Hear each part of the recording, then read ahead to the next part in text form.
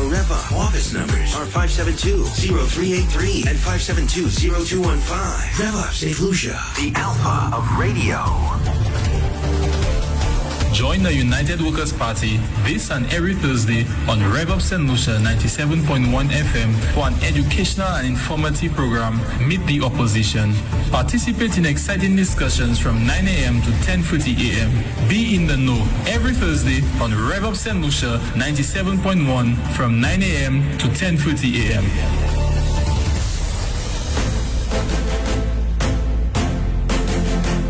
It's now time for Meet the Opposition, hosted by Lenard Spider Montoute. Mr. Montoute, welcome.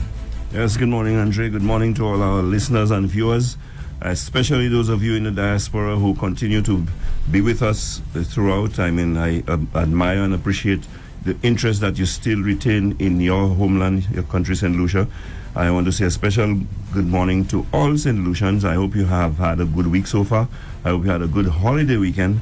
And of course, as wishing you a good weekend to come. Today, as always, on Meet the Opposition, we're going to be providing you with enlightenment as to what is happening in the politics of St. Lucia. But I have a very special program for you today, and what makes it so special is the special guest that I have in studio with us today. And unlike what happens normally where I begin my program with discussions on various topics, the topics may come, but I want to give my guest as much time as possible because I find my guest to be very interesting and there's a lot that I want to find out from him. But have no fear. As usual, as always, you will have your opportunity to call in, to ask questions, make suggestions, and of course, most importantly, to pledge your support. So, today, let me just say, I know that those of you watching on Facebook, YouTube and whatever, you'll have seen the pictures and some of you will have had an idea already. Now you notice my guest is dressed in a yellow top. I am in blue. That is not symbolic of the situation that exists as far as what will unfold during our discussion. I just coincidentally happened to be in blue this morning, and well, it's not because Andre said to me he wanted balance, but but let's get right into it. Ladies and gentlemen, I have in studio here a very special guest. That is Mr. Stephen Fevrier, who is the endorsed candidate for the United Workers' Party, who will be contesting the next election in the Castries North constituency. Now, there's quite a lot. This is his first outing in the realm of politics. There's quite a lot I want to know about Mr. Fevrier, and I want Mr. Fevrier to tell you about himself. Now, before I introduce Mr. Fevrier in terms of hearing his voice, I want to read to you a short bio just to give us a brief introduction as to who it is we are talking about. By the time I'm done, you'll realize why I refer to him as a very interesting guest. Okay, Mr. Stephen Fevrier was born and raised in Summersdale, Castries. Of course, Summersdale is in the constituency of Castries North, and has spent his career serving his country on the global stage. He began as a Foreign Service officer in the Ministry of Foreign Affairs and International Trade, that's what it was at the time, launching a distinguished path in international diplomacy and trade. He went on to serve as ambassador and permanent observer of the Organization of Eastern Caribbean States to the United Nations in Geneva, representing the interests of the Eastern Caribbean at one of the world's most important diplomatic arenas. He doesn't look like it. He doesn't look like he is even 20 years old as yet, but he has over 20 years of experience in trade policy development and negotiation. Mr. Fevrier has held numerous senior advisory roles in Geneva and the Pacific region, providing strategic counsel on global trade matters.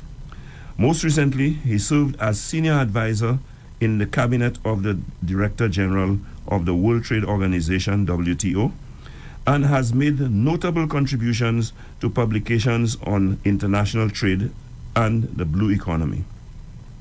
Mr. Stephen holds a bachelor's degree. Well, just to give you an idea of his educational background, Mr. Stephen holds a bachelor's degree with honors in political science from the University of Western Ontario, a law degree from the University of London, and a Master's of Law in International Commercial Law from the University of Westminster. Now, with a proven track record, he is ready to bring his experience, dedication, and passion home to serve the people of Castries North and by extension St. Lucia, committed to transparency, good governance, and inclusive development. If you don't mind me calling you Stephen, Stephen stands prepared to be a strong and effective voice for his community and country. Now, ladies and gentlemen, I'd like to welcome Stephen Fevrier to Meet the Opposition, as you will have an opportunity today, this morning, to meet one of the members of the opposition who will be doing battle in the constituency of Castries North for the United Workers' Party, and that is Mr. Fevrier. And Mr. Fevrier, welcome to Meet the Opposition. I think this is your first time here on Meet the Opposition. And maybe I'm in a position to tell you welcome to politics as well. So, thank you very much, Spider. It's really truly an honor to be on your show. I must confess that I have been following you and Nancy for many months now on Rev Up and Meet the Opposition. So it is indeed a privilege and an honor to be here with you. Let me also recognize Andre Paul, who I've also had the great privilege of meeting this morning, and thank you for hosting us. But beyond you, you're welcome, Andre, sir. Beyond you and Andre, let me say a special, hearty good morning to listeners, both here and abroad. But in particular, let me shout out Castries North, the entire constituency from Agard, Sunny Acres, Laclery, the length and breadth of the Castries North constituency, which happens to be the best constituency on the island.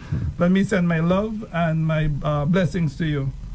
But before we go into business today, if you would permit me, and on a more somber note, allow me to express condolences to Ursuline and her family from Upper Mondoudor, who are still grieving the loss of Francis Lewis, who a very close family friend.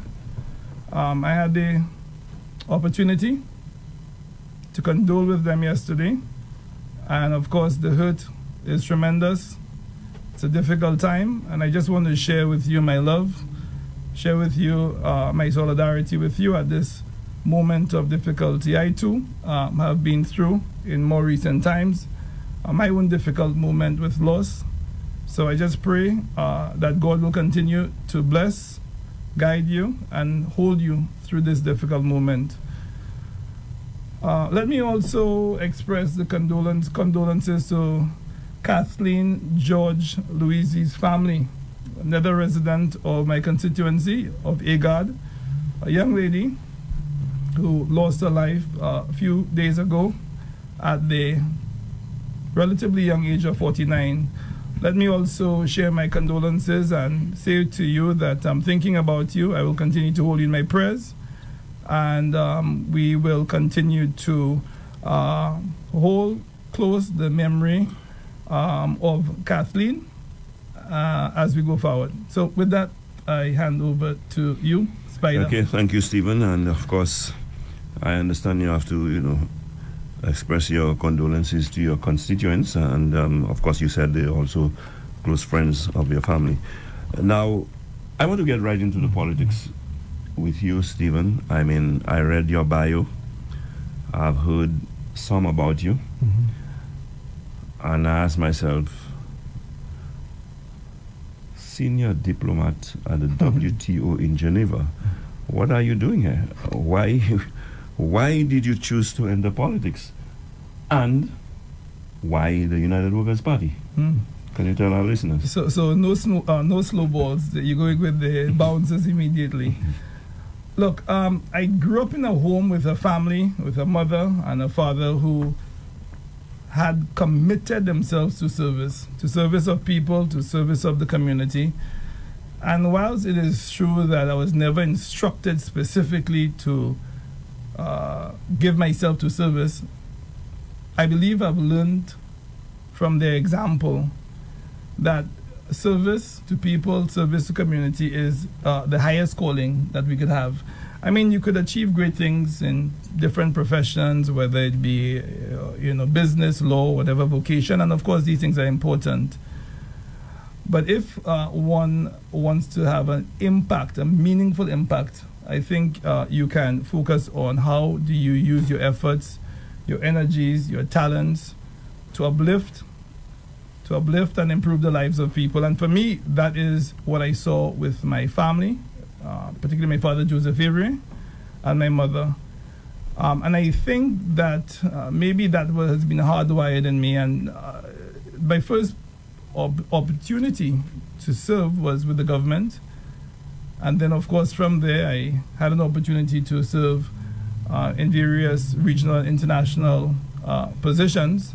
And for me, serving my country, serving people, being focused on how my efforts could be deliberately targeted at enhancing the lives of people, for me is the highest calling. So it's not a sacrifice, it's an honor.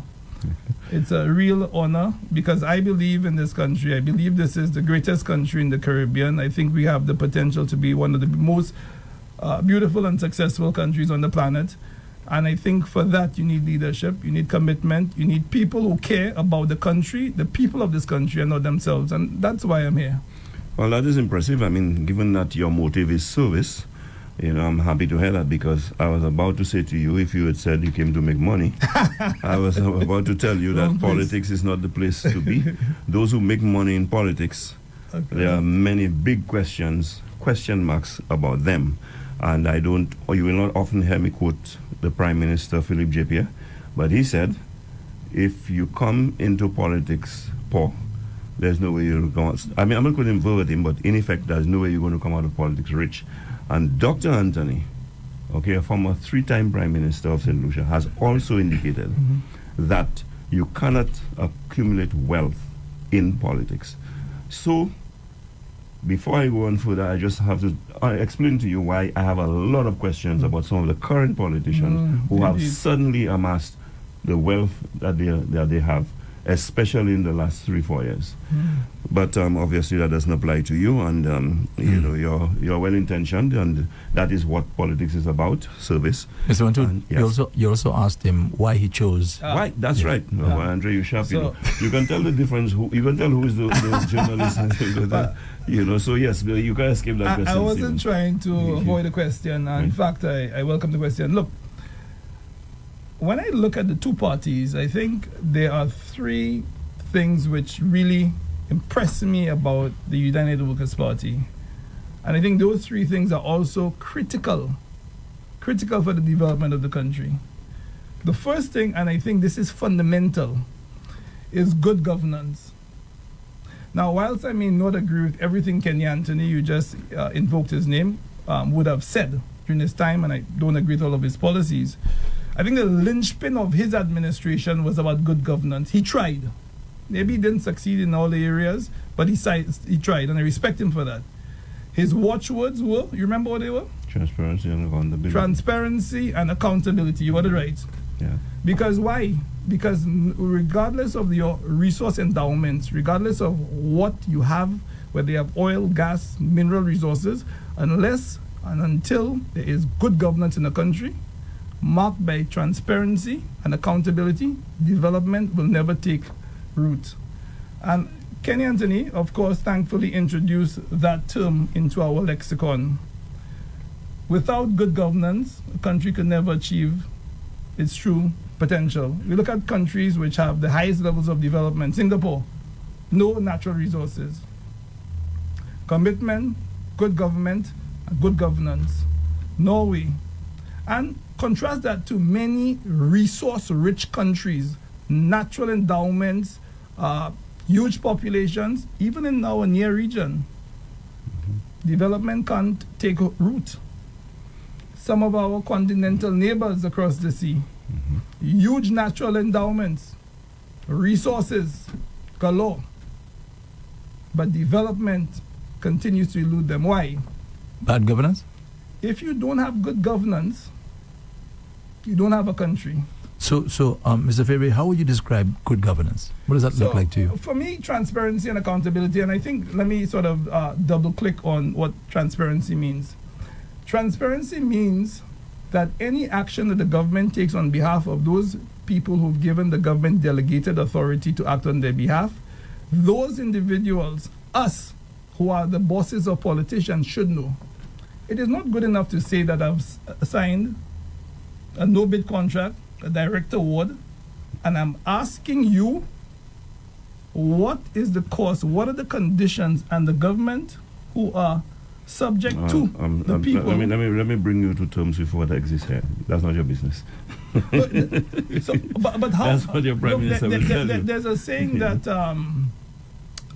sunlight is the best disinfectant. Unless there's sunlight. I like that term. Unless there's sunlight. Andre, I just adopted corruption will manifest itself. So transparency in CIP, transparency in GPH, transparency in road contracts, transparency in rental of office space, transparency in the business of the people of this country. It is our taxpayers' money. It is our responsibility to know how government is acting on our behalf. The government is not the boss. The politicians are not the boss. The people are the boss. But it is sad. It's frankly sad.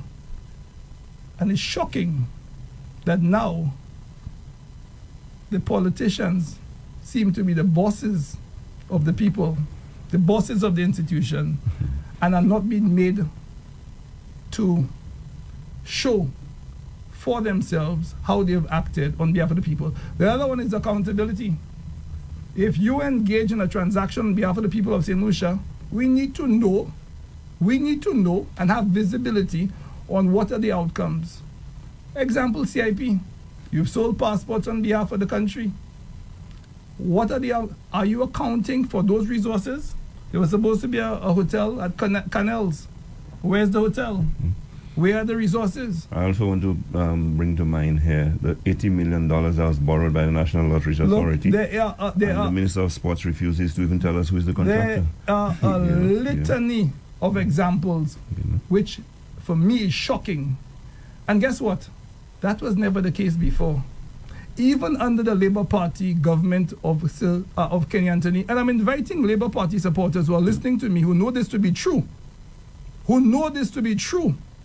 what I am saying, to start thinking and re-establishing those values.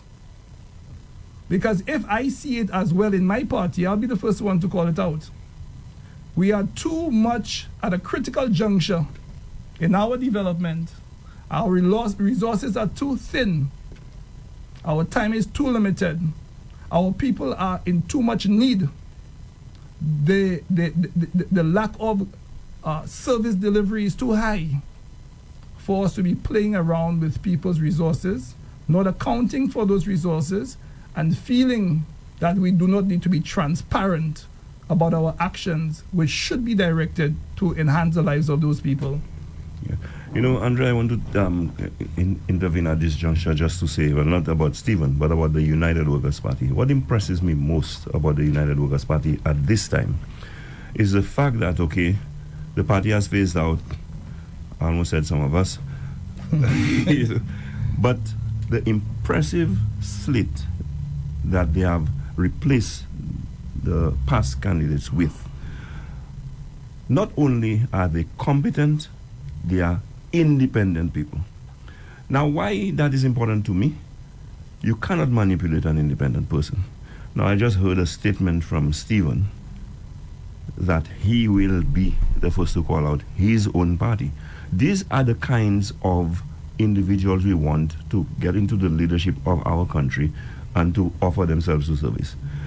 That in itself, because you have to keep yourself on the straight and narrow, and you have to do the introspection and self-assessment as well. Correct. Self-evaluation as well. So I think that is important. But back to you, Stephen, because, I will have enough time in other programs to say the things that I want to say. Today it's about you. So I'm keeping you on the spot. Is it on the same question? I want to finish Andre's question. Okay, about go ahead, yeah. So there's another one. But I can assure you Andre would have come back.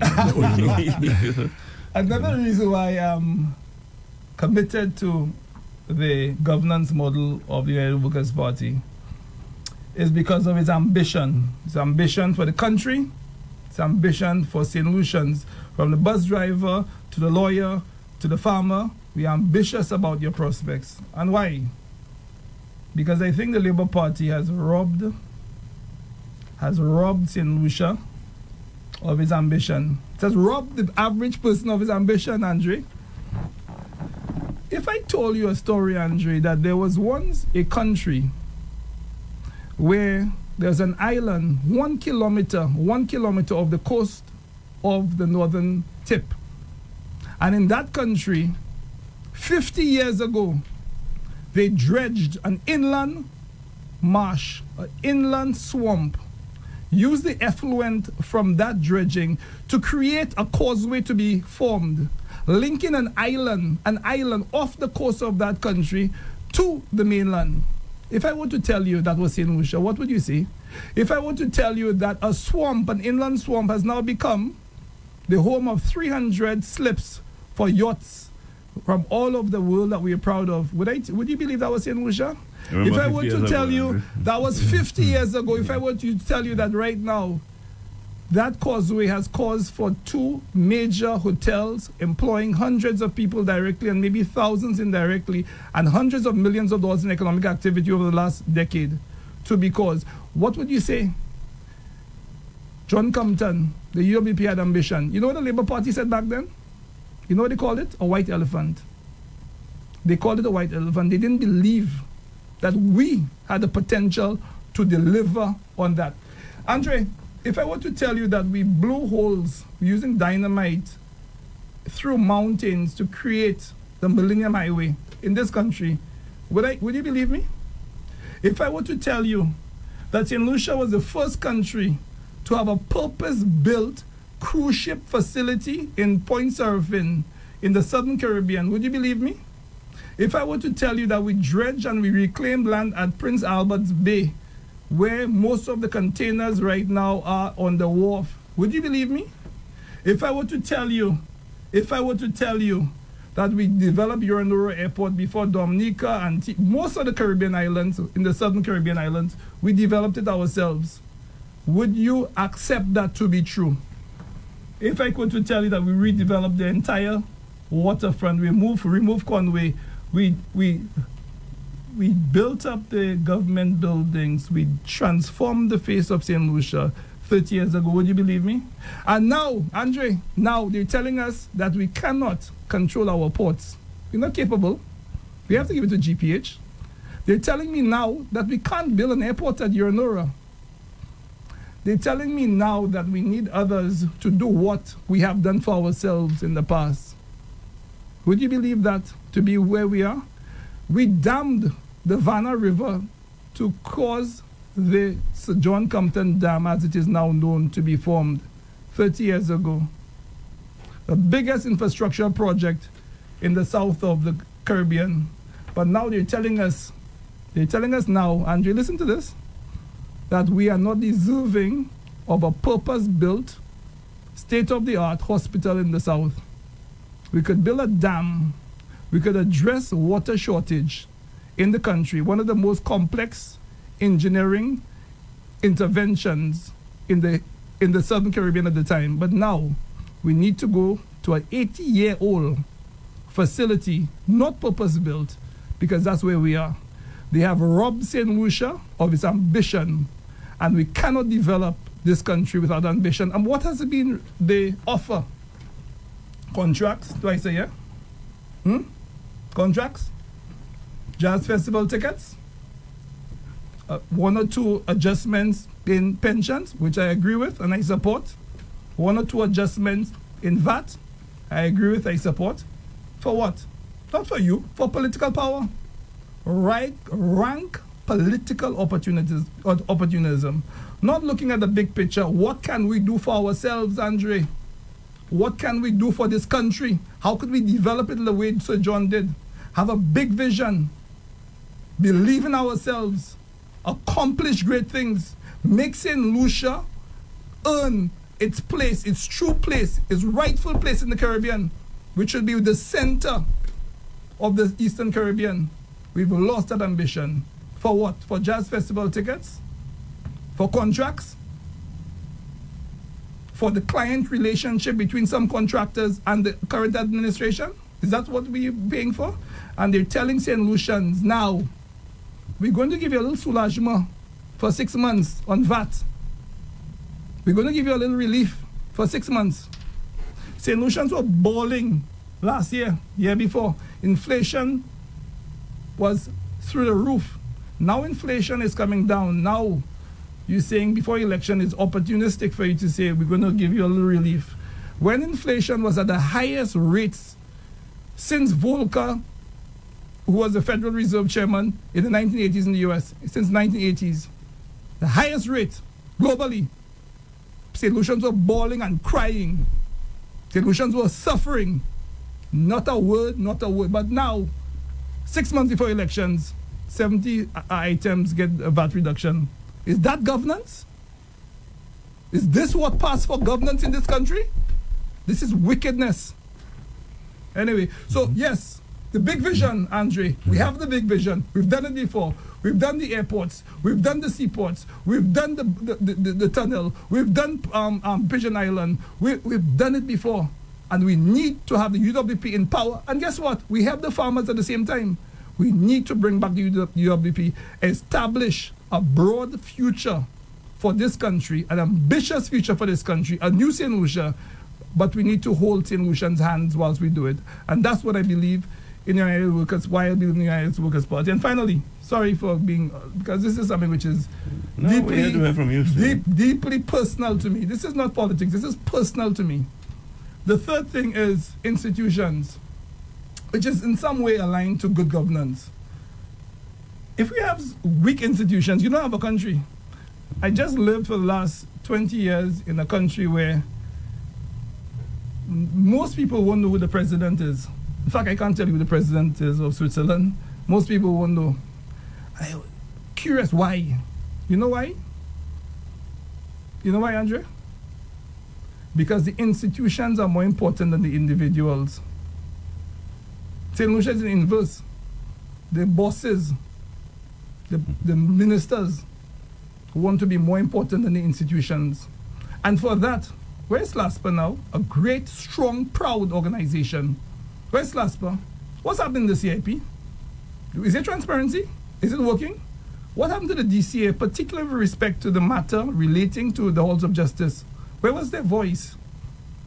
Where is the Integrity Commission? Even Calypsonians right now are afraid to sing because the bosses are on top of these institutions.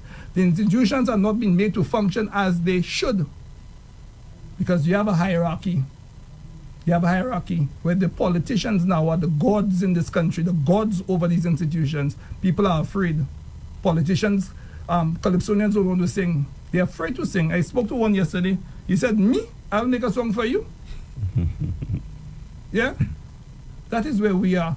Because we need to have strong institutions. We need to empower institutions. We need to ensure that the institutions are not mechanisms of the government to assert their authority on the backs of St. Lucians. The institution should be working for us, not against us. So we need strong institutions. And I'll say in closing on this matter, this is not Stephen Fevrier, this is empirical.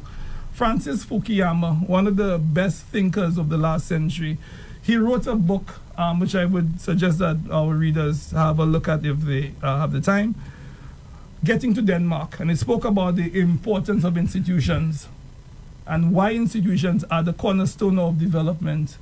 Also another book by Robinson, which will also focus on the same question, which is why do nations fail? This is tried and tested. You have no good governance, you don't have a country. You have no institutions, or the institutions become lackeys or submissive, or the vehicles of politicians in exerting their power. on your back, you don't have a country.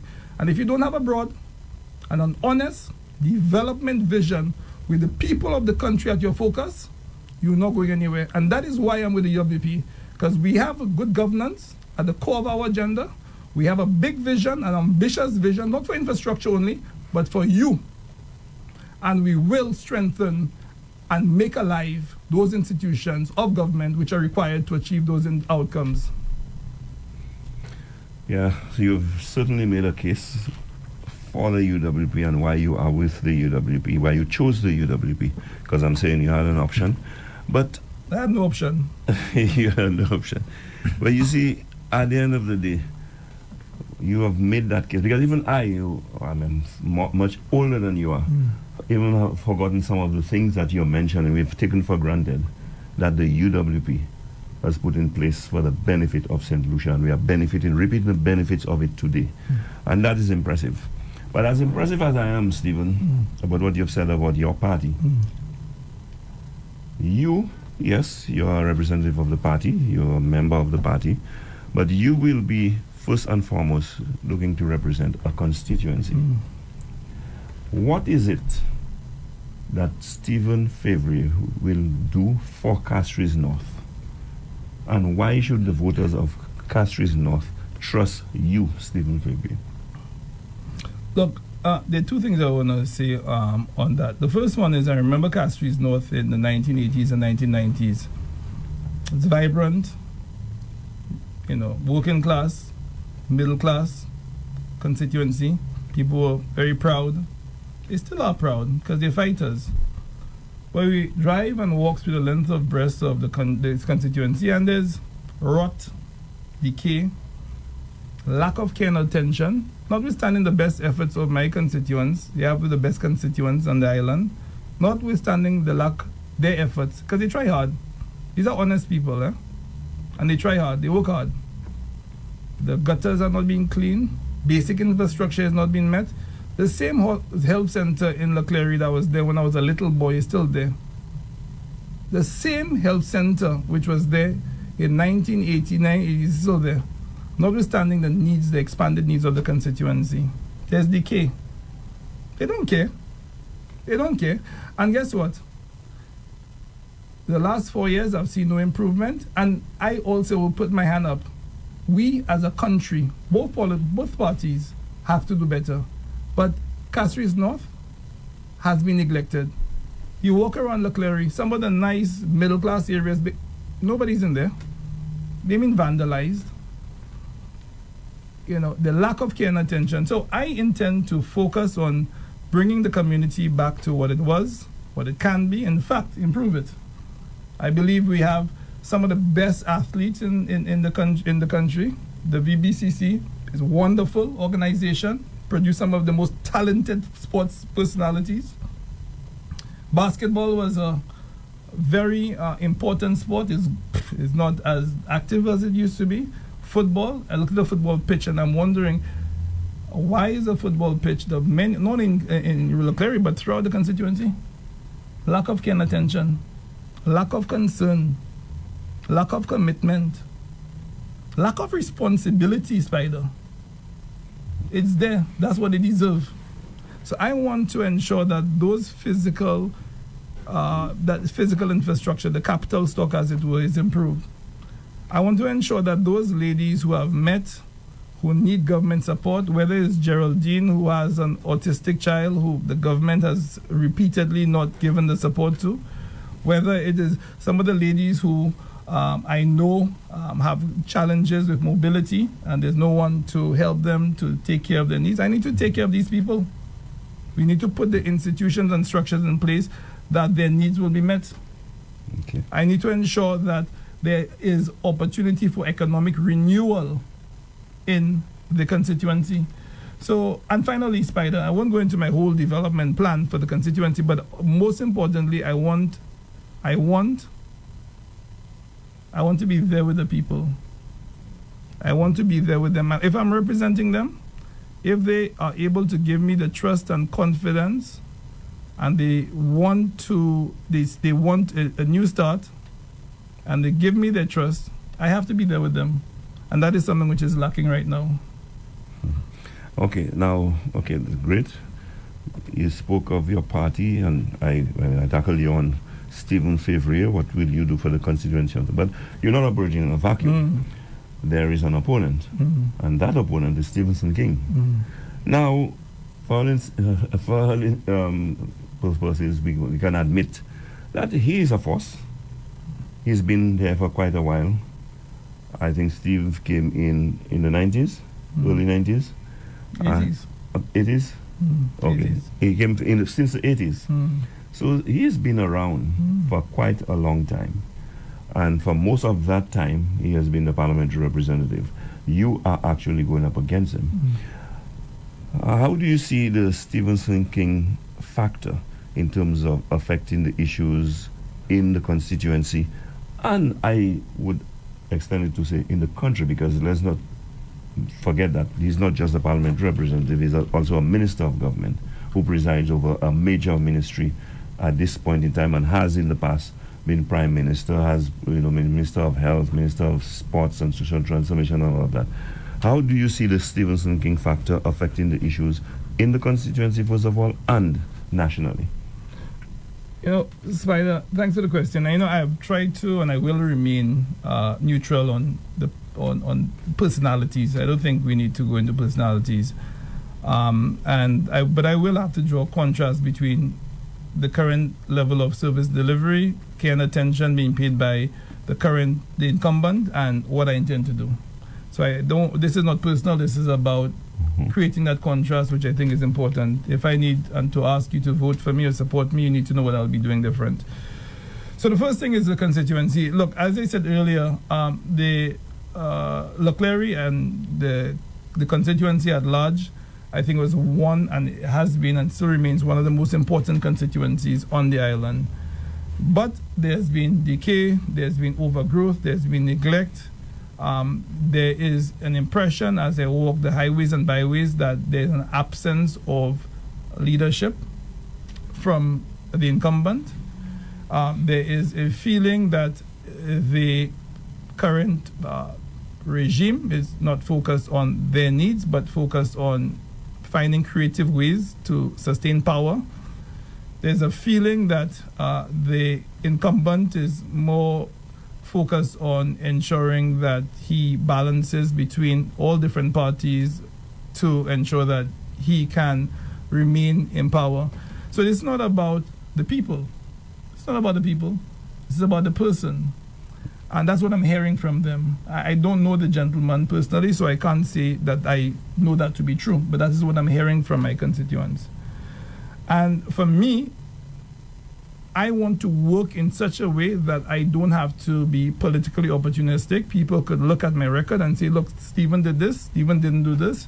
I'm going to hold him to account on this, and I want to thank him for this. I don't need to play games with people's emotions, people's trust, people's confidence for power. That's not what I'm here for. And I think that is what people feel, that they were taken advantage of, that they were tricked, that they were used for a political outcome. I cannot personally say that is true, but I have to listen to my constituents. That's what they're telling me every single day, that they were used, they were tricked, they were manipulated into believing that this individual was working in their best interest, that he was supporting their party. But now that they are seeing clearly that it was a charade, it was untrue. Now on the substance, the gentleman has the most important, or one of the most important ministerial portfolios, infrastructure. Of course, SLASPA falls under infrastructure. That's correct. I was about telling you. What has he said about GPH? GPH is one of the most contentious matters, the patrimony of the country, one of the main strategic assets of the country, one of the most proud institutions of the country. It's been disemboweled, been sold for parts to external agents, and who knows what benefits are accruing to some of those who may have or may not have been part of that transaction. No transparency. But where is the minister on this matter? Is he supportive of it? Is he complicit with it? So GPH, I wonder also about the roads. You know, there's this stretch of road between Dennery and Miku. In fact, it's Poile.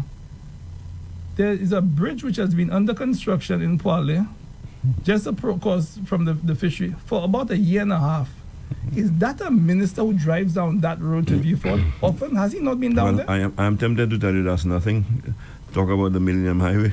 The Millennium Highway started when the UWP was in office. It's not completed yet, after 4 years. It is incredible. Yeah. It is shocking. Yeah. It is shocking. It is shocking. Mm-hmm. The level of neglect, the lack of care and attention, the disregard, the disrespect of St. Lucian people. It is shocking. A year and a half to fix some culverts. But worse than that, I walked through Leclerc, some parts of Leclerc and City Gate, some footpaths. Deplorable. Brought tears to my eyes. Deplorable. Lady said to me that she has to walk down that footpath at night, not a light. I'm trying to navigate in my mind how me, an able-bodied man, could walk down and navigate my way down in the daytime. And I'm trying to figure out at nighttime, how is this lady getting down there? But you have the biggest ministry as it relates to resources, maybe out of economic planning and finance. You've been there for 30 years? And these people have been begging you? Begging you? How can that be? How can that be? Mm-hmm. And you have the ministry with responsibility to address that need? Come on. So no, that will not happen. And guess what? If I do that, kick me out. If I have people living in these conditions, don't even wait 5 years. Kick me out. Because I will be too ashamed to face them. I, Stephen Fevrier, and again, this is not ad hominem. This is not invective. I'm not laying aspersions on anybody's character.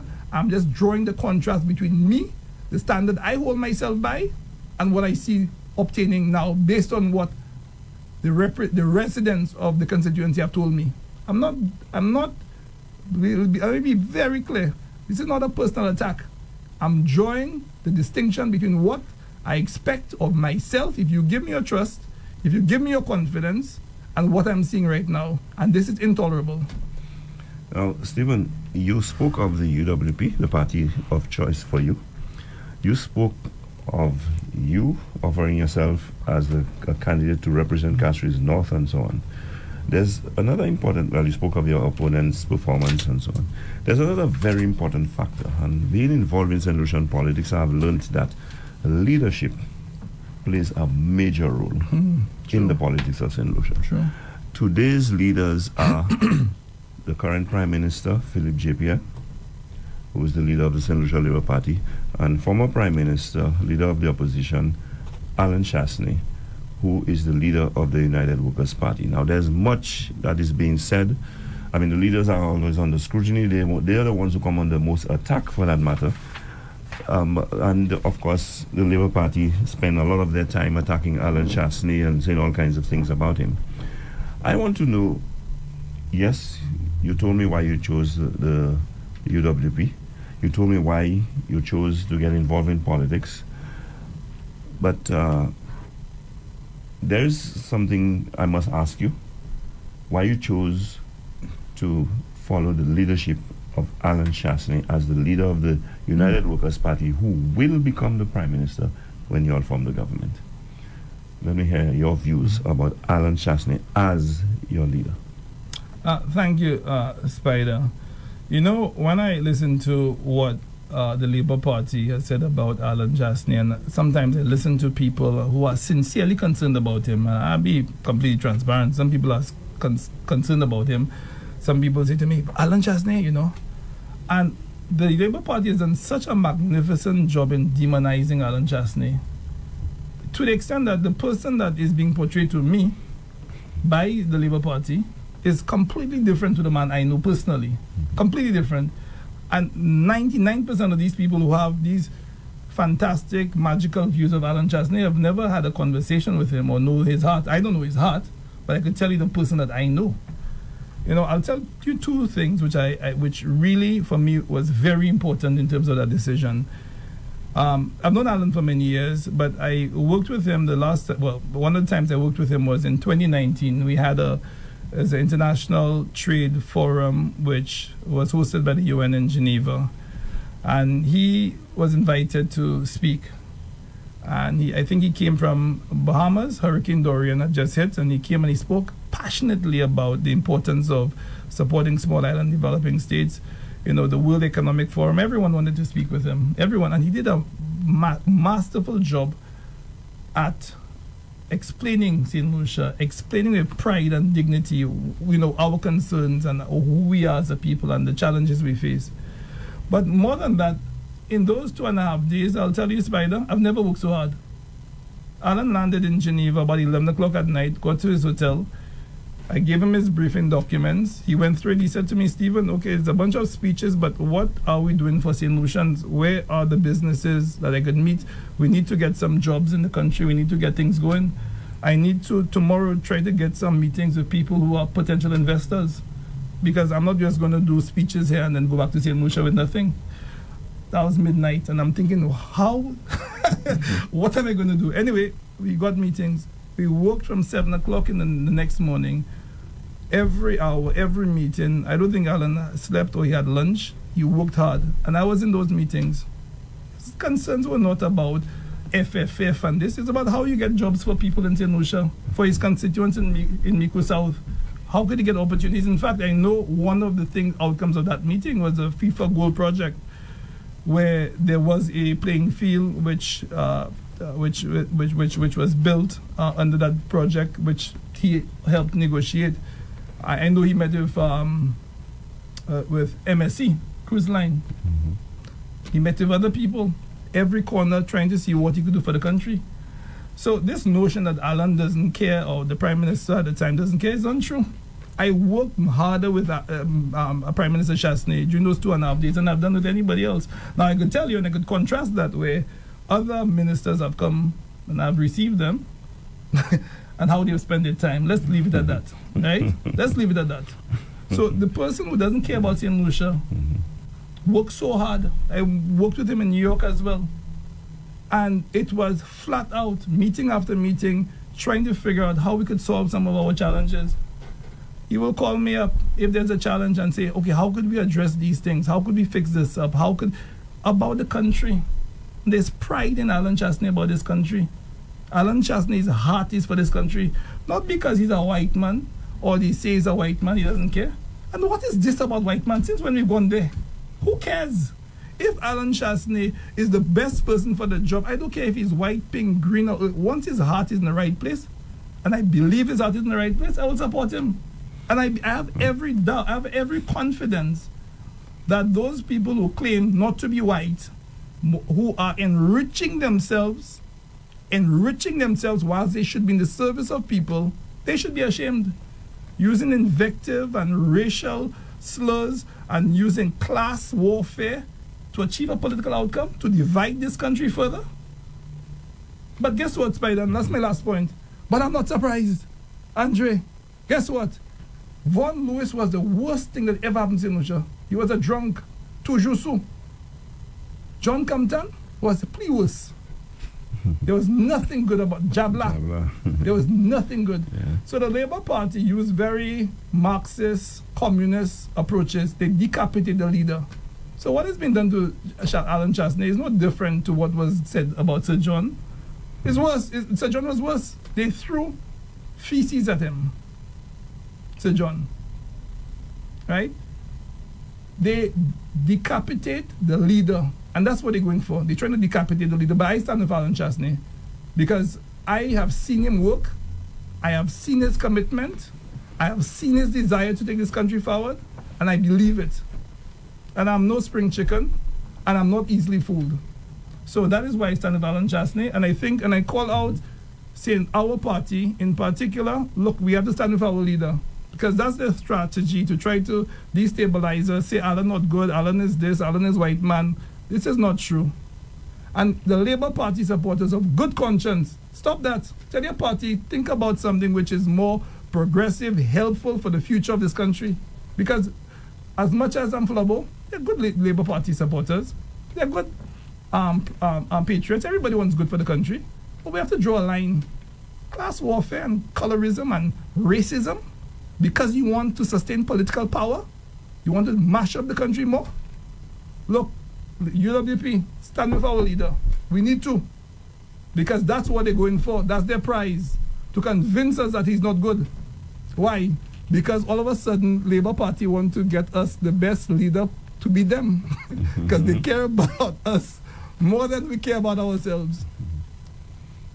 They care about us, the Labour Party. They care about us more than we care about ourselves. So they give us advice. Tell them to hold their advice.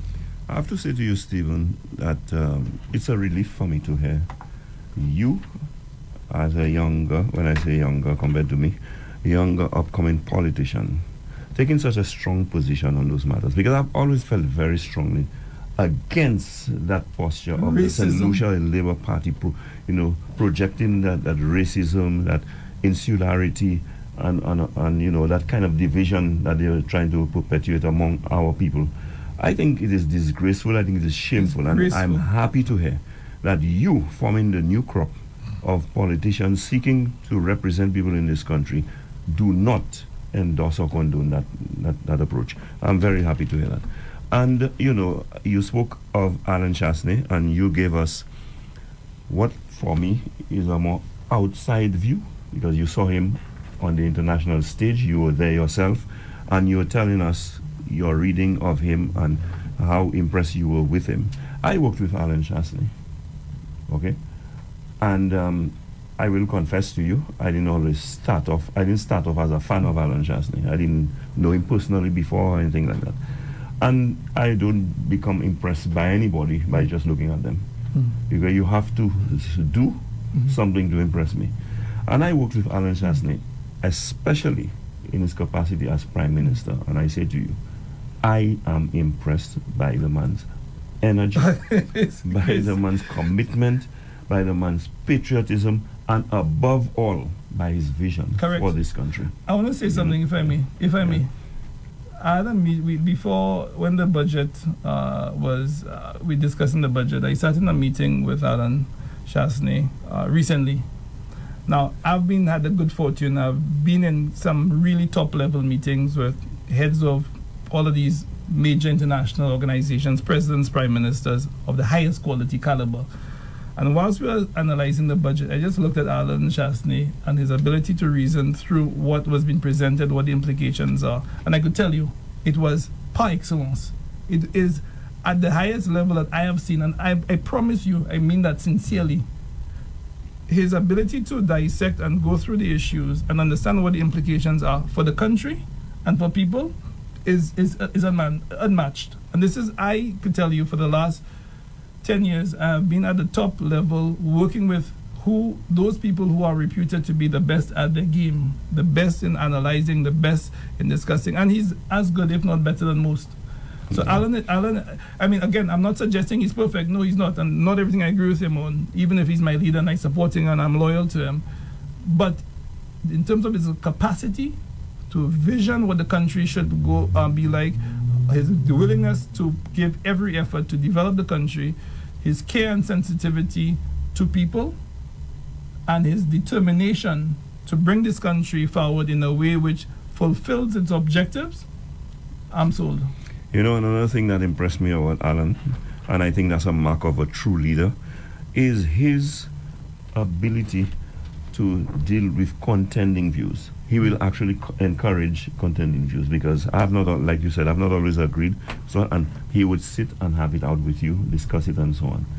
On occasions, I would end up seeing with him. Not always, you know what I'm saying? But that is the thing I find that is remarkable about him. So in the end, you end up with a better policy, a better vision, Absolutely. a better situation. And I think he is the man for the moment. Absolutely. He is the one for the job. And I think Alan Chasney will take St. Lucia places. And you know why I'm ever more convinced that he will? Because of the kind of people he surrounded himself with. Now, trust me, Flattery is the last thing that will ever come from me. So don't think I'm flattering you. You know, I wanted to make it clear to you. Don't think I'm flattering you. When I look at the caliber of candidates that the UWP is presenting right now, okay, I don't want to offend anybody, and I don't want to offend myself either. But that's the best slate I've seen. For sure. You look from Labrie to the north, from Labrie to Grosile. I mean, it's all top quality, and high quality. You see, Stephen, a leader who is weak would never embrace you all. Absolutely. Would never embrace you all. Absolutely. They would see you all more as a threat, you know. And the other thing is, Alan Chasney demonstrated one thing to me, principle. And a leader who condones, entertains, or overlook impropriety, corruption, or any form of inappropriate behavior in government, I have no respect for them. Correct. Alan Chasney famously dismissed 2 ministers in one term. Correct. Okay? That takes strength as a leader to do. Conviction. You know? And I know it wasn't a pleasure for him to do Conviction. it. But that's what was required. But guess what? You know? In the current dispensation, you think that ever happen? It will never happen. Because you know what's most important? Protecting the victory. Yeah. You know what is happening now is what the public servants used to say, you know. Public servants would tell you, boy, I can commit murder, they can fire me. You know? And that's what's happening in government today. And this is why, another reason why I think it's urgent that we do something about the plight of the country. And that's why I commend people like you. And when I say people like you, who has an alternative, and I want to say it, you will not say it, a better alternative. If from a personal standpoint. Well, for me, from a personal standpoint, the biggest sacrifice, and the people always say, Stephen, you're making the sacrifice. Okay, I have not, I left a decent job and whatnot. Come on, but for me, though, say a decent job. What's easier for me to stay over there comfortably and seeing the country being burnt and ripped apart limb by limb, where I know that young people, young women, working hard, trying to find opportunities for themselves, trying to find opportunities for their children, trying to buy a house or build a house, trying to improve their conditions. These people are not being supported. They've been given trinkets. Yeah. They're not being given meaningful opportunities. While some who are at the top level, their pockets are growing exponentially. Their portfolio of property is increasing exponentially. That's what's happening. So staying over there and pursuing my career, for me, it would be a bigger sacrifice any day of the week and twice on a Sunday to watch my country go in a direction of peril when I believe with the right team and the right people, we could make a difference. Yes. And guess what? On your point about the quality of the candidates, look, I've done my thing. I'm not going to, it's been okay. But every candidate I've spoken to, and more than their credentials, I've spoken to most of the candidates, their passion for this country, their passion for the constituency, their desire to see the country move forward, their desire to make sacrifices of themselves and their family to ensure that this country moves in a direction where it could fulfill its objectives, its potential. I'm heartened by that. These are men and women soldiers in a fight for the future of this country, and I'm proud to be part of that army. And guess what? Whether you're blue or red, if this is what you want, to have a better future for yourself, have a better future for your family, you want to move this country forward, you want to re-engage that ambition that we had, that big thinking, that big view of ourselves and the future, join us. Join us. You know, Stephen, you talk about, you refer to it now. You know what I mean, over there, I mean, you say over there, you are at the top table at the WTO. So you have first-hand experience and knowledge of what happens there. Tell us, the average people in St. Lucia. Okay, I'm hearing about the WTO. How does that affect our lives? I mean, what does the WTO do for us? What does it mean to us average people? So, this is a very, very big question you've asked, but I'll try to put it in a way which is accessible. So the first thing is, prior to the establishment of the multilateral system, countries could use trade as economic warfare. Countries could say, I don't like this country, so I'll have higher tariffs and higher barriers to trade with this country and that country alike, so I'll have lower barriers to trade. So there was no consistency or limited consistency in how those trade rules functioned. The WTO aimed to create transparency, predictability, and clarity on how countries traded with each other, and it did so. In fact, since the establishment of the WTO, 1.5 billion people were lifted out of poverty. Many countries in Asia, Latin America, and Africa found pathways to integrate into global value chains, and that has been important to the development of those countries. Now, St. Lucia has had a very, let's say, difficult relationship with the WTO. I was just about to say to you, because I noted you mentioned Latin America, Asia, and all, and I was just about to tell you the average St. Lucian will tell you, boy, WTO not a good agent. It's you know what, they would not be wrong. Okay. Let me say that. So in moving towards a more equitable, fair, rules-based system, the rules were made very flat. So every country, with few exceptions, had to apply the same rules. So whilst we had preferential access to European market before the WTO, when the WTO came into effect, we had to play by the same rules with Latin America and other banana producers who were more efficient. What huge acres, miles of bananas, lower cost of production, scale, higher, better economies of scale for production, so they could get into those markets more efficiently, cheaper. So when you have smallholder farmers with 10, 12 acres of land, you're not competitive. But the rules at the time were very, let's say, clear that everyone should be treated the same. And that affected us. So when the new regime came into effect, the Latin American banana producers were given more market access. Their quota expanded. Then, of course, it became more challenging for us to export.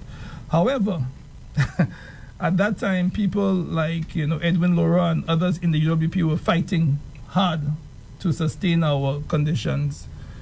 But what is happening now, and I think the WTO has also come into renewed focus, is those countries which had once said to us, the rules are good, you have to play by the rules, don't worry, if your bananas go down, you're more competitive in services, you'll have an expanded services sector. Now, because of those same rules, you've seen as the sucking sound of industrial production out of places in northern England, in the Midwest in the US, in the Rust Belt, and those jobs, like our bananas, have gone elsewhere. So now it's become political. So the US is saying, and we have high levels of unemployment in those places which previously had industrial capacity and exported. Those jobs have gone to Mexico, China, etc. So now there's being a rethink, how does the system actually work? But St. Lucia and the Windward Islands were at the front of that change. We were at the cold face of that change. And we fought, look, you cannot treat unequal countries equally. We don't have the same scale economies. We don't have the same population size. We don't have the same internal markets. We're geographically displaced from our markets. Give us a little breathing room. But that was not done. But now, the big guns, the big countries which wrote the rules, they're seeing the other countries being more competitive, manufacturing and industrial capacity being relocated, and now they're saying, the shoe has gone on the other foot. Wow, we can't. So it's become political. So let me just say that the WTO has been a huge source of generating wealth, creating employment, lifting people from poverty. But it is going through a period of reflection, of reform, and I think that is what the members are focused on now. How do we reform the system to fulfill the core principles of the Marrakesh Agreement, whilst at the same time ensuring that there is enough wiggle room for countries to be able to engage in a way which is not deleterious to their own economic well-being over time. And I know St. Lucia will, and hopefully will be participating effectively in these talks. So, well, quite interesting, and I know Stephen as a parliamentary rep, because that's the first thing you are. First and foremost, you are a parliamentary rep. that you will, I'm sure, use your network that you have established over those over 20 years to benefit your constituents, and more importantly, at least to me, that you will use your experience and your understanding of the international agencies and so on to better position St. Lucia to profit, to benefit from what transpires on that stage. To an extent, we know we don't have full control, but at least if you have a good understanding of it, then you can maneuver better and can better benefit. And I think that is a plus for St. Lucia. I think you are a great catch for the United Workers' Party and St. Lucia. We can look forward to people like yourself and the other newcomers of quality, of competence, who have passion to serve this country, taking this country from where it is now to where it ought to be. Now, Stephen, Andre is here, so he can always ask his questions when he wants to. I have asked so many questions. I know my listeners and my viewers are waiting to get a piece of you, and I will not deny them. So, but I have a couple of questions, if you don't mind. But before, let Andre ask his questions. Yeah, you spoke earlier about decapitating the leader of the United Workers' Party. I gather you don't like that strategy. Is that correct? And if that's the case, is that what most parties do? Decapitate the leaders? I don't know that we've been going after Philip J. Pierre. I don't know if we've done that. I think we've been addressing the issues. Yeah, he's looking at me. I have never tried to decapitate the gentleman. I've exposed his weaknesses. No, but it's not personal. I think that's a distinction, Yeah. and I don't think that the party has been, and I wouldn't be part of that either. If you have a policy which is adverse to the interests of the country, we address it. But I'm not going to say because Philip J. Pierre or whoever has a policy which I don't like, that I'm going to go after him personally or his family or his income. No, I'm not going to do that. But of course, not all parties are the same. Or maybe not all members of the party are the same. Well, however it is, but you know what? Okay, let me intervene here for a moment. We have now, in effect, named 16 candidates. I will challenge you or anybody else, Andre, to name one who engages in that. Challenge me to name one on the SLP side. Challenge me to name one on the No, but you know what? So you're out of it. You're out of it. No, what I'm saying to you is that if you challenge me to name not just candidates, they are sitting ministers of government in our cabinet who engage in all kinds of mépris, all kinds of abuses of people on gutter politics. That is the hallmark of the SLP. Every politician who has a blemish, a name, a derogatory name and so on, that came from the that came from the St. Lucia Labour Party. Okay, the two But then you respond in kind, right? Don't you? Well, I mean, when I was in politics for 20-something years, you never heard me engage in that kind of politics. I have taken Richard Frederick on in particular because I find his politics to be despicable, and you have a leader who brought him in. He's not even a member of the Labour Party. The Prime Minister handpicked him and brought him in. That kind of character, that kind of individual. And to better position him, to continue, to perpetuate that kind of politics in St. Lucia, and nobody says anything about that. We cannot accept that. And Richard cannot want to think or given the impression or believe for a moment that is fine, that is acceptable. So I will take him on any day. I've said so publicly, and I will do it publicly. I will take him on any day. And first of all, I just want to say before you come on, Stephen, that Philip J. Pierre is solely and wholly responsible for that situation. Well, that's what I was about to say. That's what I was about to say. Look, the buck stops at number one. Yeah. If I'm number one and people beneath me or people who are, of course, it is first among equals, if people who are part of my circle are conducting themselves in a way which I think to be less than appropriate, it is my responsibility as a leader to say so. And if I do not pronounce myself clearly on that matter, you know what, I'm complicit. So I'm not sure if he's responsible, but certainly there's some level of complicity which I'm sure he does fall at the feet of the leader. And Andre, I always say here on the program to you, if I see when I come here the next time the partition is lined with gold and everything, and I ask questions, you can tell me get out of your studio and go to hell, because that's your private, personal business. Stephen can no longer speak to me that way. Yep, okay? That's correct. He is a public figure, That's correct. a public servant, That's correct. okay, who is answerable to me. When I say me, I'm talking about the general public of St. Lucia. So when I ask him, Stephen, I didn't see you with that watch the other day. I can go as far as that. Because I don't want to know he goes to some meeting in Geneva to represent us and some millionaire bribe him by giving him the watch and so on. He has to tell me, boy, I had my savings because, whatever, my wife bought that for me. That's as far as it goes. You are answerable to us. You understand what I'm saying? So when I ask questions about Kazimi, about the sudden rise to wealth in 3.5 years, that's a legitimate concern. We do not want to know, or more importantly, to give the impression, Andre, that there is a corruption that is rife in government and that public funds are being misappropriated. We cannot. And I'm happy that I heard this gentleman here, Stephen Fevrier, speak about accountability and go in detail as to what he sees and understands it to be, and so on. That is refreshing. That is a different approach, a different brand of politics. Andre, go with your question, Andre. And mind you, Andre, I just want you to note, as the host of Meet the Opposition, I don't shield my guests. I don't prevent you from asking my guests whatever questions, because I know you're a pace bowler. And you bowl. I even exposed you. Go ahead and ask him your question. No, man, you have to protect me, man. Go ahead and ask your questions. So after I'm done, you'll take the calls, right? Yes, we will. Okay, just a quick question. Okay. You spoke about the World Trade Organization a while ago, and you're saying that the WTO was able to lift, I think you said, how many million people out of... 1.5 billion people out of poverty. 1.5 billion people out of poverty. But you'll also remember that because of the World Trade Organization basically taking away access to the EU market and so on, right? What we had before and we enjoyed. Didn't that put us now into poverty? Look, for sure, there have been some challenges in terms of how the value of global trade is distributed. There are distributive challenges.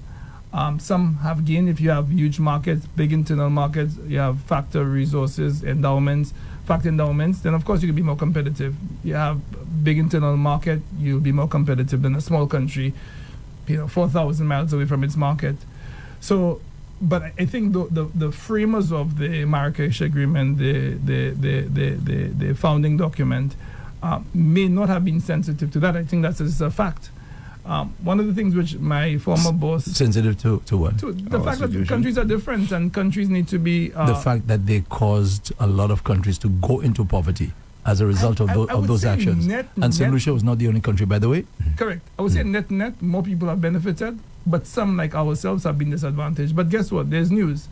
I think under the current dispensation of my former boss, who I have a huge respect for, Dr. Ngozi, she has been focused on something called reglobalization, and her mantra has been, we need to ensure that where within countries, the globalization or international trade has created economic displacement or disruption, that we address those issues, that people who were displaced in the first phase of globalization, that within countries, for example, the United States, if the industrial heartland, people there were displaced and the economic value benefits didn't flow to them, how could the new reimagined globalization ensure that they benefit in the next wave?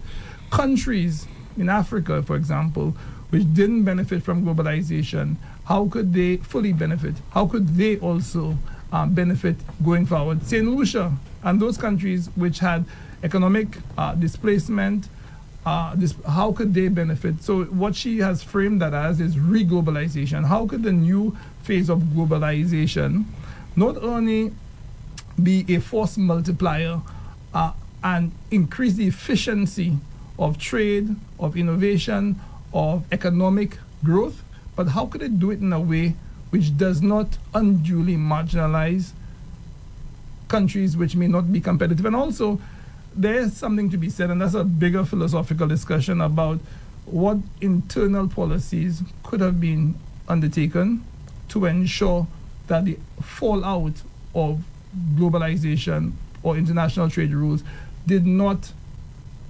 adversely affect populations. And for example, in St. Lucia, we didn't help ourselves with the coupe par coupe.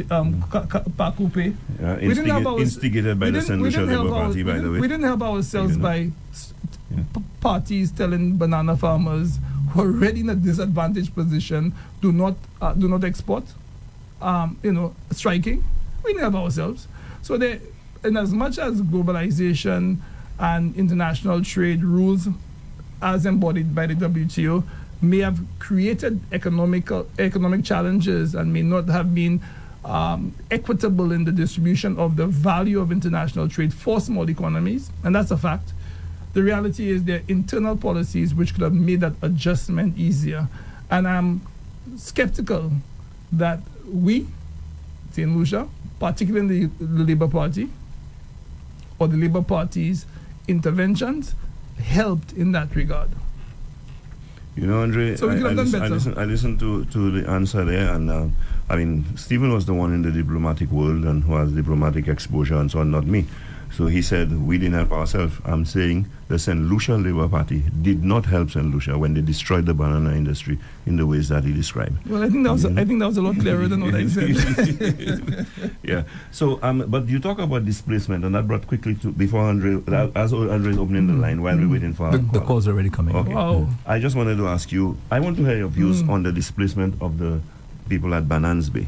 Could you put on your headphones so I can hear our callers? Because Andre is saying that we already have callers on the line. Yes, let me just give the numbers again. The fixed line is 572-9710, 572-9710, or you can WhatsApp 287-0971. WhatsApp is 287-0971. That's where we have our first call. Okay.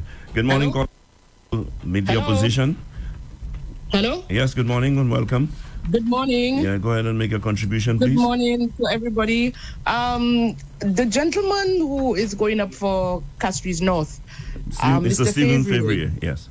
Mr. Stephen Fevrier, I know him very well. But I used to wonder why he didn't used to speak much, but he used to observe a lot. And now I am seeing, I hardly used to hear Stephen speaking. And when I hear Stephen today, I'm wondering what's going on. But Stephen, Mr. Fevrier, congratulations. The smarter people do more listening, you know, Colin. I am hoping that you come and represent us as best as you can. One of the things that I would like you to do in Castries North, which is in the Leclerc area, is to put in signs for the school, for school children, as well as signs for these children coming, persons coming down from Cowley, coming into Leclerc, school, signs, because let me tell you, Mr. Fevrier, a lot of children are getting, into accident-prone situations, and I don't like to see that. So please, when you get into power, please look into this for me. You will be Minister of what? Well, I will serve first of all, I have to win the election, and then I have to serve at the pleasure of the leader of our party. So I'm here to serve whatever ministry. I can see him competent to serve in various capacities, many different portfolios, and whatever is given to him, I can see him doing well. Yeah, I would like to congratulate you, and you've come a long way. You hardly used to speak, but you used to always be in thought. Have a good day. Thank you so much. Have a blessed day. Have a blessed day yourself. Okay, I can tell our caller is impressed with you, Stephen, and I'm not surprised. Good morning. We have another caller on the line. Good morning. Welcome to Meet the Opposition. We lost it. Oh, we lost that caller. Yes. While we wait for another caller, Stephen, can you tell me, the displacement, you're in the Castries Basin as well, though it is not in your constituency, but you're in the Castries Basin. The displacement of the folks at Banans Bay, what are your views on that? Well, look, I am extremely pro-development, and I spoke earlier about my vision and having a big vision, having ambition for the country, and of course this is something which I hold very dear to. However, development has to be sensitive to people. It has to be sensitive to the conditions of people, the concerns that they have. You can't impose development. Development is a process through which there should be engagement, there should be consultation. But more than that, for me, and in particular... Just so you know, you have two calls on hold. Okay. Sorry to disturb you. So, for me, it's the duplicitous nature of the incumbents. Look, There was a lady, hardworking lady that we all care about, who was a restaurateur, I won't mention any names, at Casaba. Marjorie. Sorry, In Stephen, circumstances where there was a investment of hundreds of millions, I think $200 or $300 million, which would improve the overall tourism product, which would create jobs for the country, which would create jobs for residents of Grosili, residents of Castries North. The Labour Party protested.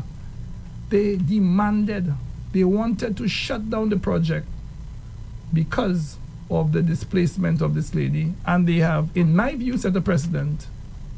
I am not hearing the same level of concern for those people who would have and continue to be attached to their land in Banan, who have and continue to have the economic survival depending on accessing that land. Not a word. And in fact, Andre, what I'm being heard, what I understand, is a paltry sum being given as compensation. What happened to the margin model? What happened to, and I'm going to say it, where is civil society in all of this? Where is the National Trust? Yeah. Where are those protesters? You have scores of people going to be directly impacted. Their livelihoods, their children. And not a word. Not a word. Not a word. Andre, that can't be right. It cannot be one standard when UWP is in power and a completely different and altogether unrealistic standard being imposed on the UWP. But then in circumstances where your actions are affecting scores of people, maybe in the hundreds, you are not motivated to accord them the same dignity, the same patient hearing, the same support. That sort of duplicitous politics, we cannot accept it. But guess what? St. Lucians are seeing through it, Andre. I am convinced that St. Lucians are seeing through it because now the shoe is on the other foot. So I am very, very, very hurt. But more than hurt, I am shocked. I am shocked at the abject lack of attention, care, and consideration being given to those people. And we as UWP, we need to take a stand. We need to defend those people. I know my colleague Tommy is doing his best. He's speaking about it with great clarity, and for that I'm very proud of him. He needs to continue to do it. And he has a brother in arms on that battle for the rights of these people in me. We cannot allow it to happen. These guys in COVID had a march for Marjorie. In COVID. So deep was their concern about one person. But you have scores of people whose livelihoods will be affected, who are going to be displaced, whose future is uncertain. And not a word? What, $17,000 or $30,000? A paltry amount? Yeah. What a thing, Andre. That cannot be right. How could that be right? Yeah, and talking about Tommy Descott. I see Mr. Fevrier, for a guy who's been living overseas, he's occupied with everything happening here. Yeah, wow. Of course. You have another call, by the way. Yeah. Caller, good morning. Welcome to Meet the Opposition. Go ahead and make a contribution, please. Good morning. Good morning, Andre. Good morning, Spider. Good morning. And good morning, Steve. I had to call in this morning. I sat and I listened to Stephen Fevrier, and he is a breath of fresh air. Now let me tell you what impressed me most. Stephen, you are able to analyze situations and leave your emotions out of it. You said something very, very critical this morning, which many people have not said. And it's in terms of Philip J. Pierre and him accepting Richard into his government. Now, many people, well, even me, sometimes, I would say that Philip J. Pierre is the reason or is responsible for Richard's behavior, blah, blah, blah.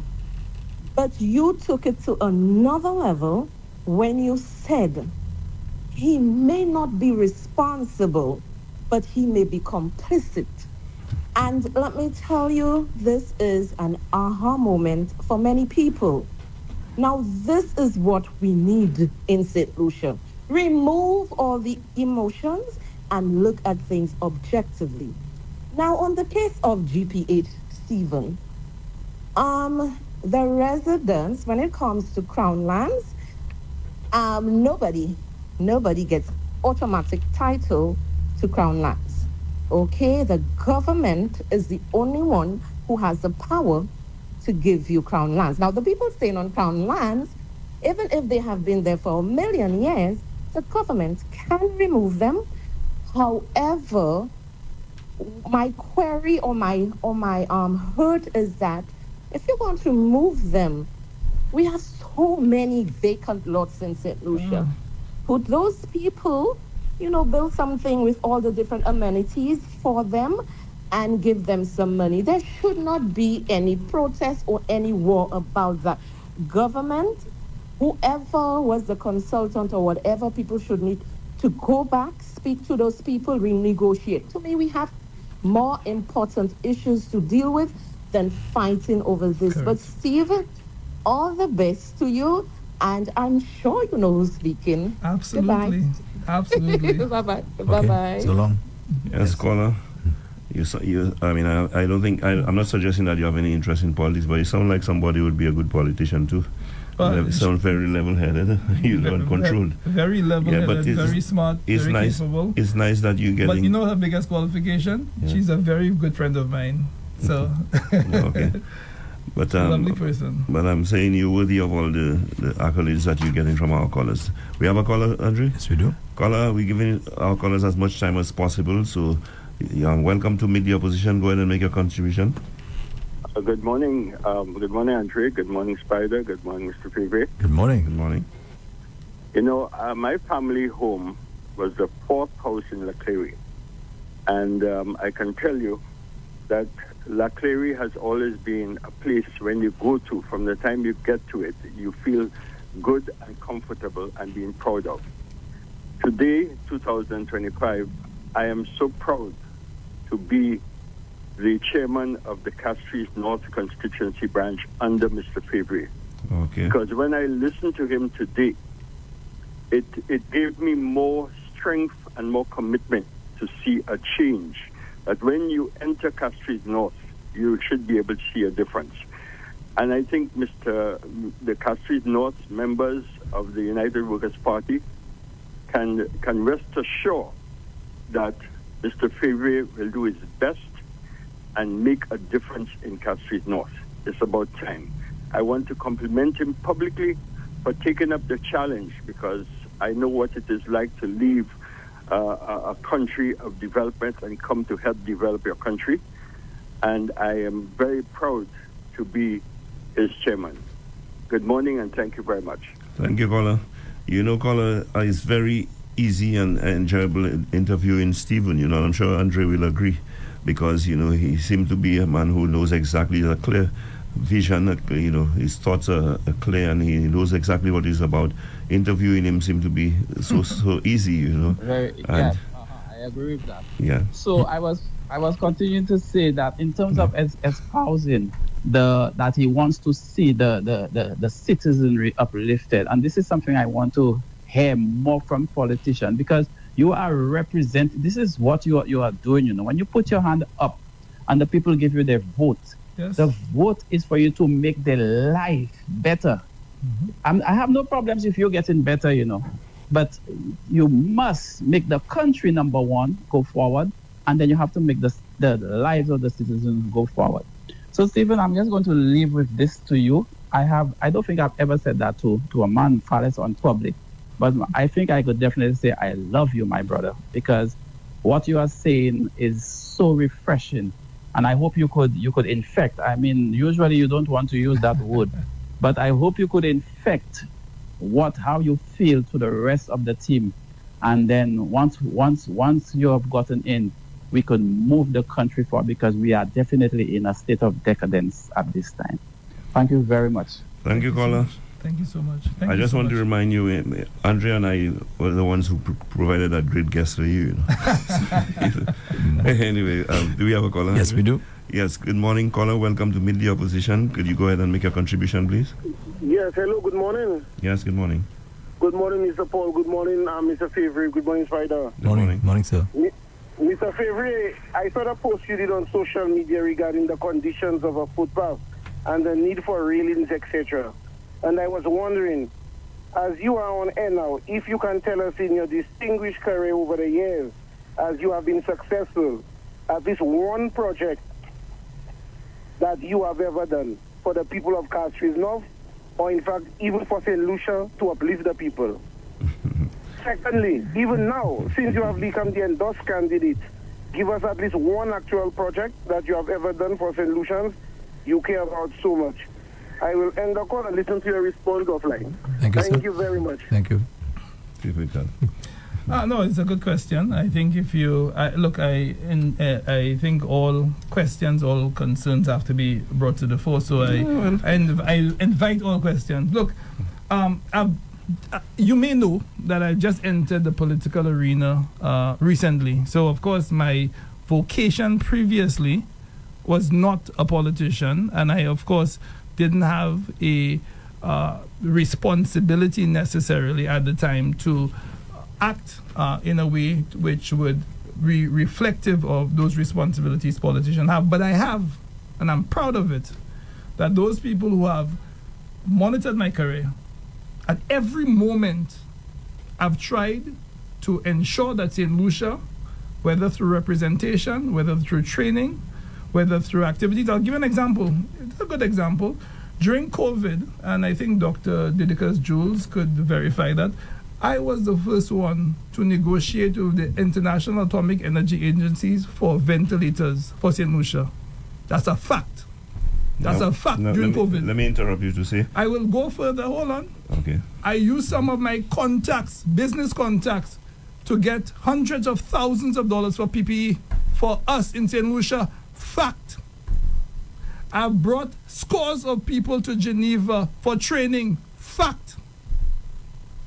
I have employed people and had internships for them in Geneva, training. Fact. So, caller, don't come and ask me what I've done for St. Lucia. My whole life has been committed to this country. When you say people, you're talking about St. Lucians? St. Lucians. I've worked for this country. I've committed to this country. So because I didn't build a railing, you're telling me you have a representative here for 30 years and you cannot do, and you challenge me what I have done for my country? I've served with distinction. Go on my Facebook, my private Facebook and my LinkedIn. See what the ambassadors in Europe are saying about me. I served my country with distinction. And I helped where I could. And I will continue helping. And you know what? Please call me. We'll sit down, have a coffee or tea or whatever. I'll buy it myself. And let's discuss the things that I have done in the best interest of this country. And I want your support. I want your vote as well. And I'll show you not only what I have done, but the things I intend to do for the people of Castries North. So please disregard my tone, because I'm very passionate about my country. I'm very passionate. It means a lot to me. I don't ever want to be accused of being a carpetbagger.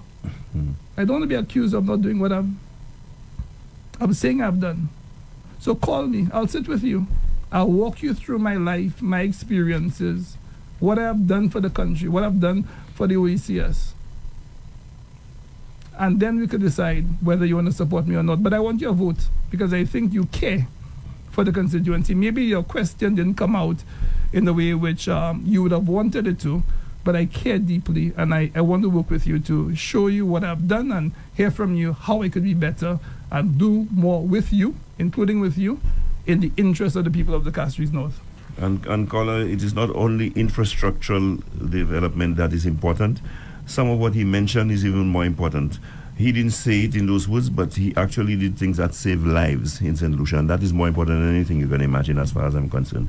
So do we have another caller? Yes, we do. Yes, good morning, caller. Welcome to Meet the Opposition. Please go ahead, make your contribution. Good morning, Andre. Good morning, Mr. Montoute, and good morning to the next parliamentary representative for Castries North, Mr. Stephen Fevrier. Morning, sir. Good morning, sir. Mr. Fevrier, I'm so proud to be a member of the United Workers' Party. It shows the caliber of candidates, the caliber of people that the United Workers' Party can attract. Colin, to me, never said that when I was a candidate. It shows that the United Workers' Party is a visionary party. When I listen to you, Mr. Fevrier, your level of expertise on the international scene, I'm already looking at the possible cabinet positions, and I can see you as the next Minister of Foreign Affairs and International Relations. Wow. Because that wealth of experience that you bring in, and like you rightly said, your giving back to country is well documented. Even out of the politics, you have served the country with distinction, and I'm saying Castries North, the constituency, is in safe hands with Stephen Fevrier. I want to ask you a quick question. We know this whole CIP scandal is affecting our international image, where billions of dollars have not been accounted for. Mr. Felipe Martinez is all over social media. It's well documented. As a diplomat on the international scene, what's your take on the ramifications or the repercussions with this whole CIP scandal, the corruption? What's your view? Because you're out there internationally and you're hearing what maybe the diplomats and the persons the movers and shakers of the world, the financiers, the guys who make things happen internationally. What's your take? What are the repercussions or the consequences, bearing in mind that this current Labour Party government refuses to clear the air on the CIP scandal? Thank you very much. Thank you, Colin. Thank you for the words of encouragement and support. But to your question, let me go directly to your question. Look, I think even the EU Parliament is reviewing access arrangements, visa access arrangements to those countries who would have had, who continue to have citizenship by investment programs. So those countries who have visa-free access or have a visa waiver for the Schengen area, there is ongoing, as I understand it, reflection on whether that access should be maintained. In other words, they are now monitoring those countries who have these programs and scrutinizing them a lot more closely. Why? Because it becomes a security risk. Typically, if you, as a St. Lucian passport holder, you are going to the U.S., they would have a specific security profile for you. Are you going to overstay? What, do you have family? When you have those CIP programs, particularly those who are not seen to be managed effectively with due diligence, and it may not be what it should be, then your security profile changes because you really don't know who that St. Lucian is. So there can be, future changes in access to the European market. There could be changes to access to other countries, which we now benefit from visa-free travel to. Let me be very clear. I'm not saying this is imminent. I'm not saying this may even happen. I'm only saying that there is ongoing reflection on the security profile of the region, specifically St. Lucia, as it relates to the passport regime. The other thing which I think it also cheapens our passport. I think currently we have access to, 140 countries, which is good compared to other developing countries. And that's why there's value in the passport. But because of the way the passports have been dealt with, it cheapens the prestige of the passport. That's my personal view. So look, the security profile is changing. There's ongoing review and reflection on access to major countries for security purposes. But more importantly, and I think this is for me the biggest point, it really cheapens the prestige associated with our passport and how we are seen. So, these programs will have, particularly ours, will have to be reflected on, reviewed, and determinations will be made in the future as to how, if at all, they are dealt with. You have 2 calls on hold. Yes, okay. Good morning, Colin. Sorry for holding, but you understand how it goes. Welcome to Meet the Opposition. Please go ahead and make a contribution. Hello. Yes, hello. Go ahead. Hi, good morning, guys. Andre, Morning. Mr. Fevrier, and Mr. Montoute. Yes, sir. Okay, let me just get straight into it because the line is long. All right. So, you guys rightfully condemned, distance yourselves from colorism, racist platform rhetoric, right? You guys did so, and I think it's the right thing to do. All right. But I still want to ask Mr. Fevrier a question along those lines. Are you, Mr. Fevrier, black like Philip J. Pierre? That's my question. I black like Philip J. Pierre. Okay, let me elaborate. Explain there. please. I'm a black man, dark skin, and I wear proudly all of these physical traits and characteristics of my African ancestors. I'll tell anybody, I'm proud to be black, and even black like Philip J. Pierre. I'm surprised, Spider, is not ringing a bell, because just a few days ago, your colleague, Mr. Timothy Mangal, Stephen would know he's a former UWP candidate. No, and even sir. No, sir. He was He's a former SLP candidate. And as well as but in any case, let's move past that. No, I just corrected you. What I mean, in any case, he was a former SLP He shares a candidate. platform with you now. Yes, so probably still have He shares some a traits. platform with you. And he referred to a section of the Castries in East constituency. You can listen, eh? He referred to a section of the Castries East constituency as being black like to the JPX. So, I want to ask you, Stephen, are you Just a black moment. like He referred. Could you just repeat that, please, for my benefit? He referred to. Sure.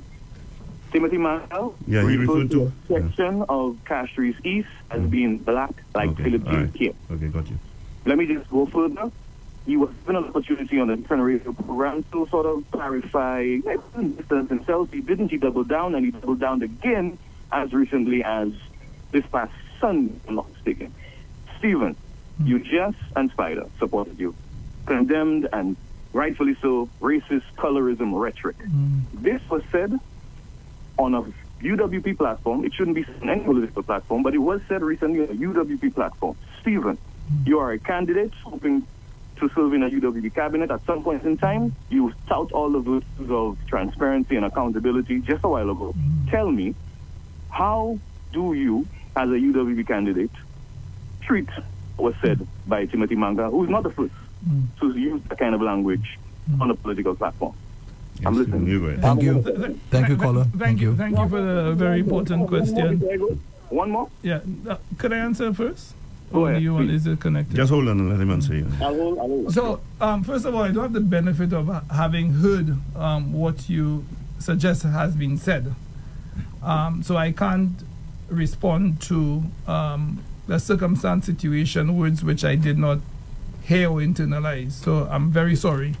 What I can say to you is if there is anything which is said, whatever platform, blue, pink, red, or yellow, or if it promotes something which is divisive, destructive, or not in keeping with the values which I subscribe to, which is unity and bringing the country forward, is not something that I would support. But I can't speak specifically to the comments which I have not heard. But I will listen out for them, and then maybe we could at a later date tell you whether or not I reject them or I endorse them. Okay, let me give me one more, and I'm out of here. One more. Now, Stephen. Tell me. All right, let's say in a different reality. Hypothetical question. Well, listen to it, and we'll determine if it's hypothetical or not. Say you are serving in a cabinet. Correct. And let's say Spider is the prime minister. Spider has to go on some state business overseas, and you are acting prime minister for the days out. Spider comes back to St. Lucia to discover that whilst he was gone, you, Stephen Fevrier, issued nearly 30 direct awards in less than 24 hours. Again, I remind you of your comments earlier about transparency and having to account to the people and explain all of the activities government ministers engage in. I want to hear from you. How would you treat Spider if he issued 30 direct awards one day after you leave him in charge as acting prime minister? Okay, thank you. Thank you. Although you cannot mix up the question, you said I was prime minister, now you demote me, man. Anyway, go ahead, Stephen. So, look, I don't like to engage in hypothetical exercises, but what I would say to you is I don't know the context. I'm not sure if there were previous discussions. I don't know if That's the point. if those were legitimate contracts. I have no idea. If they were good contracts and they provided jobs and they were in best keeping with best practice, then they're great. If it was something else, then of course I would have different reflections. But I think hypothetical exercises for me are not necessarily helpful. What I would suggest to you, sir, is there are real concerns about transparency and government ministers enriching themselves. There are real concerns about government ministers verbally assaulting women on the airways. There are real concerns about people slurs right now being displaced and losing their livelihoods in Banans Bay, close to the Aliyah development. There are real concerns and livelihood concerns. So, I don't know. I would like to engage you and entertain hypothetics. But look, St. Lucia is at a crossroads. Things are difficult. Things are hard. People are concerned. People are concerned about their livelihoods. People are concerned about maintaining a presence and connection to the land that they earn their living from. These are the questions I find more appealing at this point. Let's discuss what's happening here. The enrichment of ministers, the lack of transparency, the poor service delivery at the hospital, the fact that right now at the airport at Uranora, it is a national embarrassment. You have people, I came on a flight on Monday, we landed, people excited to come off the flight, save them money, maybe some of them work in all manner of jobs, invested, waited, saved. We landed. Soon as the aircraft door opens, the heavens open. Rain like mad. You have these people walking in the rain. That's how we're receiving our guests. That's tourism. And this man is asking about hypothetical questions about direct awards. Seriously? Is this the level of our thinking and analysis and care about the country? Trying to score cheap political points? Stephen, for the political point. You know how embarrassed I was? You have these people coming in from London 8.5 hours on a plane. Save their money to come here. Save their money. And you have a prime minister and you have a minister of infrastructure who happens to be, Andre, the minister with responsibility for SLASBA. And this disgrace, which continues to be perpetuated, which is no future planning, no willingness to address fixing the infrastructure at Uranora Airport and giving people care and comfort when you invite them to your home. You're inviting people to your home and you have the decency to provide. A good welcome for them. These are the things that I'm concerned about, not hypothetical discussions about things which may not happen. We need to be serious. Okay, Stephen, I want to get as many callers to get a chance to speak to you as possible. So we have another caller on the line. Good morning, caller. Welcome to Meet the Opposition. Hello, good morning. Yeah, please go ahead. Mr. Fevrier. Hello. Yes, let's talk some reality now, Mr. Fevrier. Now, since you've been talking about international affairs and that is where you're strong in. And I'm asking now, with the situation that's going on with Taiwan, with China threatening to invade Taiwan, and the situation in Israel and Palestine, and the situation with our passports and the degrading of our passports and our international level, because since our passports worth something, so it's leverage. I believe, for me as a citizen, I think we should stop the passport program, the CIP, just crash it on a hole, and go into a phase called leverage by investment. Taiwan, for me personally, today, St. Lucia could be the first country in the world to fully recognize Taiwan as an independent country, but Taiwan needs to invest in our country when it comes to manufacturing the chips. And I want you to answer me to see if it's visible. So the chips manufacturing, you know about Taiwan. If you just go on YouTube Taiwan, you see they'll have the automotive days. It is just a fully industrialized island, just like our island. And all we can ask Taiwan in return is to in case of an invasion from China or whatever, bring your factories to St. Lucia, bring your manufacturing base to St. Lucia, teach our citizens. Hundreds of St. Lucians go to Taiwan every day, make programs to go to Taiwan every year, because if we're the first country to recognize Taiwan, then it will be a very, very plus, because we can just stick with Taiwan alone and then our country will be the first world country. Let us look at Israel now. there's a situation with Palestine. I understand the situation. I understand the war. But if you now, as a diplomatic guy and whatnot, we must reach out to the Israelis, because if we reach out to the Israelis, then the Americans will reach out to us. Now, I heard you talk about the changes because the manufacturing changes by America taking back in manufacturing base and bringing it back to the West. What is happening there now, I believe, is the new trade lines for goods and services to pass. So American and Europe are redirecting the goods and services. That is why America took over the Panama Canal and what is happening there. So I believe with the deep ports, moving the ports to Calisac and those different things, we can, and the opening of Grenada, Guyana with oil and gas, we can be a major oil and gas refueling point. We can be a major, for example, trade point for the U.S. goods and services. We can be a major manufacturing in chips from Taiwan. We can be a major investor. Israel can be a major investor to the Caribbean just by forming bondages and friendships with those countries, because in a crisis, when nobody comes and look out for you. Try to condense it, caller, so that he can get a chance to answer. Okay, no problem. I'm done. Right. No, look. Yeah, while you're answering, let me just take a call. Go ahead and answer you. Okay. No, I love the question. I like that this is a constructive and positive question looking at the future of the country and the interests of the people. So thank you for that. Look, lovely question. Of course, now there's a time of immense geopolitical flux, geopolitical strain. I think we have to think creatively how we could arbitrage what is taking place internationally to benefit the people of St. Lucia. And of course, there will be a reflection and a review of existing and future relations. And of course, that would be done, with the guidance and concert of the cabinet, which will be formed. But certainly, I think there are opportunities with non-traditional allies, allies which may bring significant economic value to St. Lucia. And that is something which I believe we'll be reflecting on. As it relates to Taiwan and China, I think that is the foreign policy in that area is very clear.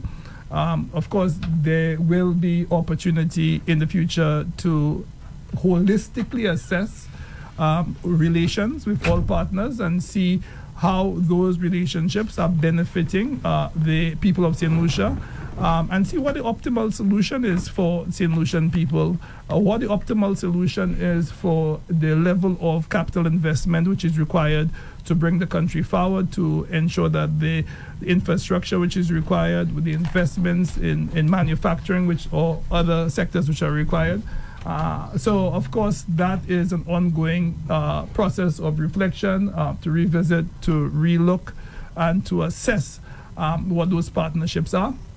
I think it's important that St. Lucia is a small country, and it is important that our diplomatic partners do not unduly involve themselves in our politics, and we need to ensure that all actors who are resident in St. Lucia, who we have relations with, acting in a manner which is consistent with diplomatic best practice, which is not leveraging resources in a way which would adversely affect the sovereignty of our country. So that's what I would like to say about China, Taiwan.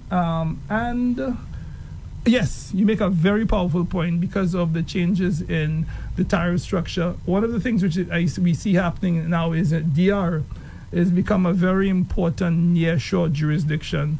So there are, because of the CAFTA, which is a free trade agreement with the U.S., between the Dominican Republic and some Central American countries and the U.S., there's a lot of investor interest. I had a conversation with the ambassador of the Dominican Republic on Sunday past, and the interest is huge. However, of course, it takes quite a bit of time to establish and scale up industrial capacity. So these are 10-year economic plays.